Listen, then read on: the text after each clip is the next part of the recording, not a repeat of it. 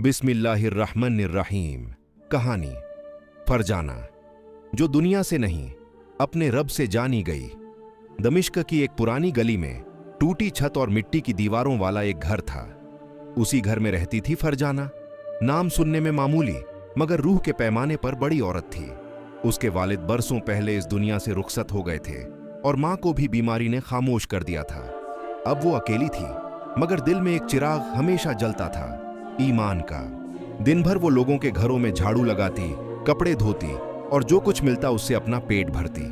मगर जब रात ढलती तो वो अपने टूटे हुए दिए के पास बैठ जाती, आंखों में आंसू, होंठों पर अल्लाह का नाम।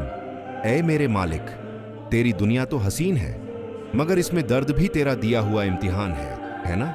वो खुद से बातें करती जैसे उसका रब उसके सामने बैठा हो। एक रात जब आसमान में बादल गहरे थे और बिजली की गरज सबको डराने लगी, उसी वक्त गली में एक अमीर आदमी की गाड़ी रुकी। उसका नाम हाफिज उस्मान था, शहर का बड़ा सौदागर। गाड़ी से उतरते ही उसने देखा कि एक लड़की भीगी हुई सर्दी में किसी बच्चे को अपनी चादर में लपेट रही थी। वो बच्चा किसी और का था, सड़क पर पड़ा हुआ, लावारिस। फरजाना ने उसे उठा लिया था और अपनी आखिरी रोटी उसके मुंह में रख दी। हाफिज उस्मान हैरान रह गया। उसने पूछा, तुम्हें क्या मिला इससे? वो तुम्हारा बच्चा नहीं। फरजाना ने मुस्कुराकर कहा, मुझे मिला मेरा रब, और रब से बड़ी दौलत कोई नहीं होती साहब। उस रात वो बात उस्मान के दिल में घर कर गई। उसने अगले दिन फरजाना को ढूंढ निकाला और कहा, तुम चाहो तो मेरे घर नौकरानी बन जाओ। फरजाना ने जवाब दिया, मैं नौकरानी नहीं बनना चाहती, मगर अगर अल्लाह की राह में किसी का काम आ सके तो मैं इनकार नहीं करूंगी। दिन बीते, महीनों गुजरे। धीरे धीरे हाफिज उस्मान की जिंदगी बदलने लगी। जिस आदमी को कभी सजदा करना नहीं आता था, अब वो हर नमाज में रोता था। वो कहता, मुझे ईमान सिखाने वाली कोई आलिमा नहीं थी। एक गरीब लड़की थी जिसका नाम फरजाना था। मगर दुनिया तो दुनिया है। जब किसी नेक रूह को शोहरत मिलती है तो इल्जाम भी साथ आते हैं। लोगों ने बातें बनाई, उस्मान और फरजाना का रिश्ता ठीक नहीं, वो लड़की तो जादूगरनी है। फरजाना ने सब सुना मगर चुप रही। वो जानती थी, जो अपने रब को राजी कर ले उसे लोगों को मनाने की जरूरत नहीं। एक दिन अचानक वो गायब हो गई। न किसी को पता चला, न किसी को सुराग मिला। बस उसके कमरे में एक चिट्ठी मिली जिस पर लिखा था, मुझे बुलावा आ गया है। मेरे रब ने मुझे अपने पास बुलाया है। लोगों ने मुझे गलत समझा मगर उसने मुझे वैसे ही अपनाया जैसा मैं थी, टूटी मगर सच्ची। अगर कोई मुझे ढूंढे तो आसमान की तरफ देख लेना, वहां एक तारा चमकता होगा, वो मैं हूं, फरजाना। आज भी दमिश्क की उसी गली में जब बारिश होती है और हवा नम होती है, लोग कहते हैं, देखो फरजाना फिर आई है, किसी बच्चे को चादर ओढ़ाने। क्योंकि नेक रूहें मरती नहीं, वो बस रोशनी बनकर रह जाती हैं। बरस बीत चुके थे। दमिश्क का वही शहर, मगर अब गली बदल गई थी। मिट्टी की दीवारें अब पत्थर की हो चुकी थीं और गरीबों के घरों की जगह आलीशान हवेलियां खड़ी थीं। मगर हाफिज उस्मान की आंखों में अब भी एक सन्नाटा था, फरजाना का सन्नाटा। वो हर नमाज के बाद उसी तारे को देखता जो उसकी छत के ऊपर हमेशा टिमटिमाता था। शायद यही वो तारा है जो हर रात मुझसे कहता है, मत भूल मुझे। उस्मान बुदबुदाता और आंसू उसकी दाढ़ी में गुम हो जाते। एक रात का वाकया है। सर्दी की शदीद रात थी। हवेलियों की रोशनी बुझ चुकी थी, बस उस्मान की हवेली में दिया जल रहा था। अचानक दरवाजे पर दस्तक हुई। धीरे से उसने दरवाजा खोला। सामने एक बुजुर्ग औरत खड़ी थी, गीले कपड़ों में, कांपती हुई। उसने कहा, साहब एक रात की पनाह दे दीजिए, बाहर बहुत ठंड है। उस्मान ने बिना सवाल किए उसे अंदर बुला लिया। कमरे में चूल्हा जलाया, कपड़े सुखाए और पूछा, अम्मा कहां से आ रही हो? औरत मुस्कुराई, जहां से हर रूह आती है और जहां हर रूह को लौट जाना है। उस्मान ठिठक गया। वो आवाज, वो लहजा, जैसे किसी गहराई से दिल को पकड़ ले। आपका नाम? उसने पूछा। औरत बोली, नाम तो मिट्टी में गुम हो जाते हैं, मगर कभी किसी ने मुझे फरजाना कहा था।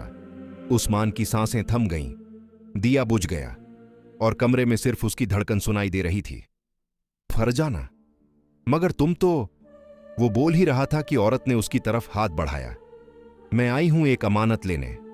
वो बच्चा जिसे मैंने सड़क से उठाया था, अब जवान हो चुका है मगर उसके दिल में अंधेरा है। उसे रोशनी दिखाना तुम्हारा काम है।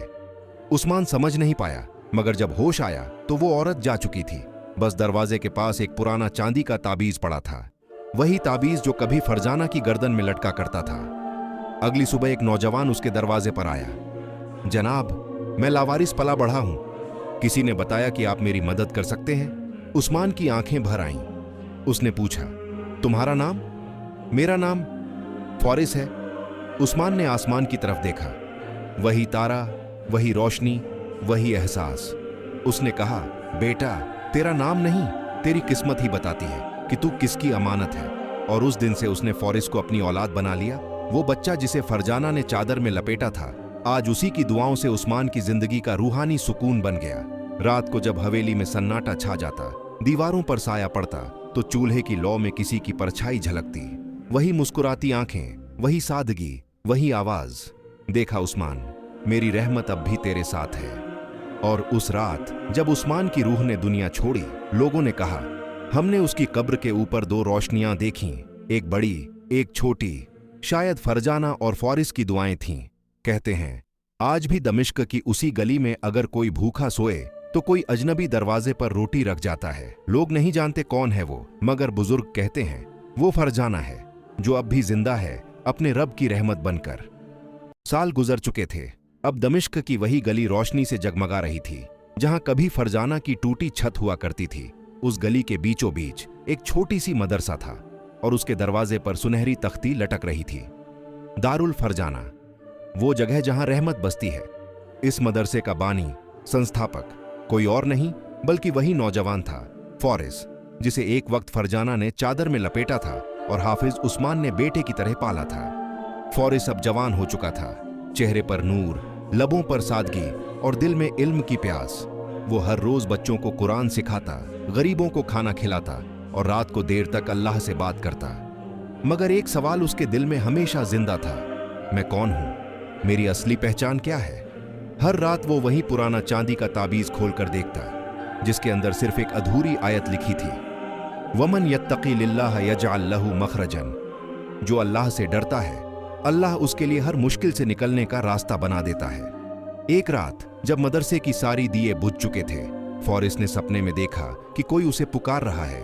वो आवाज बहुत जानी पहचानी थी, नरम, मोहब्बत भरी और दिल को पिघला देने वाली। फॉरिस, कौन? वो जिसने तुझे चादर में उड़ाया था।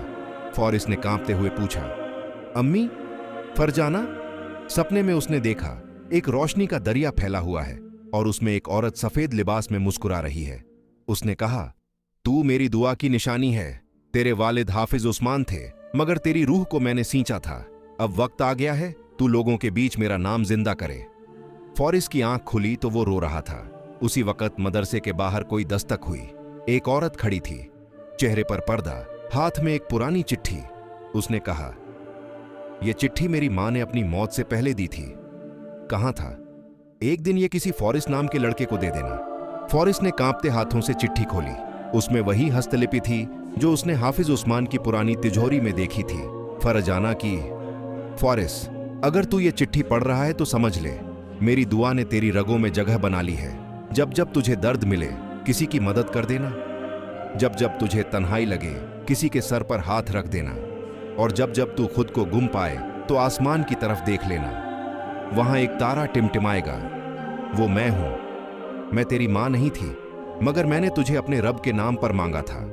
फॉरिस सन्न रह गया। उसने चिट्ठी को सीने से लगाया और सिजदे में गिर पड़ा। ऐ अल्लाह, अगर फरजाना तेरी रहमत थी तो मुझे उसकी दुआओं के काबिल बना दे। उस दिन से उसने तय कर लिया, वो हर उस बच्चे का सहारा बनेगा जो तन्हा है, हर उस दिल की दवा बनेगा जो टूटा है। और जब सालों बाद वो खुद इस दुनिया से रुखसत हुआ, लोगों ने उसकी कब्र के पास एक अजीब मंजर देखा। आसमान से एक तारा टूटा और ठीक उसकी कब्र पर गिरा। उस रात कोई हवा में फुसफुसा रहा था, देखा फरजाना, तेरी दुआ ने एक उम्मत को जिंदा कर दिया। कहते हैं आज भी दारुल फरजाना की दीवारों से रात में खुशबू आती है। वो शायद उस रूह की निशानी है जिसने सब्र, रहमत और मोहब्बत को अपने नाम कर लिया था। कभी किसी की मदद करो, शायद वही मदद तेरी दुआ का जवाब बन जाए।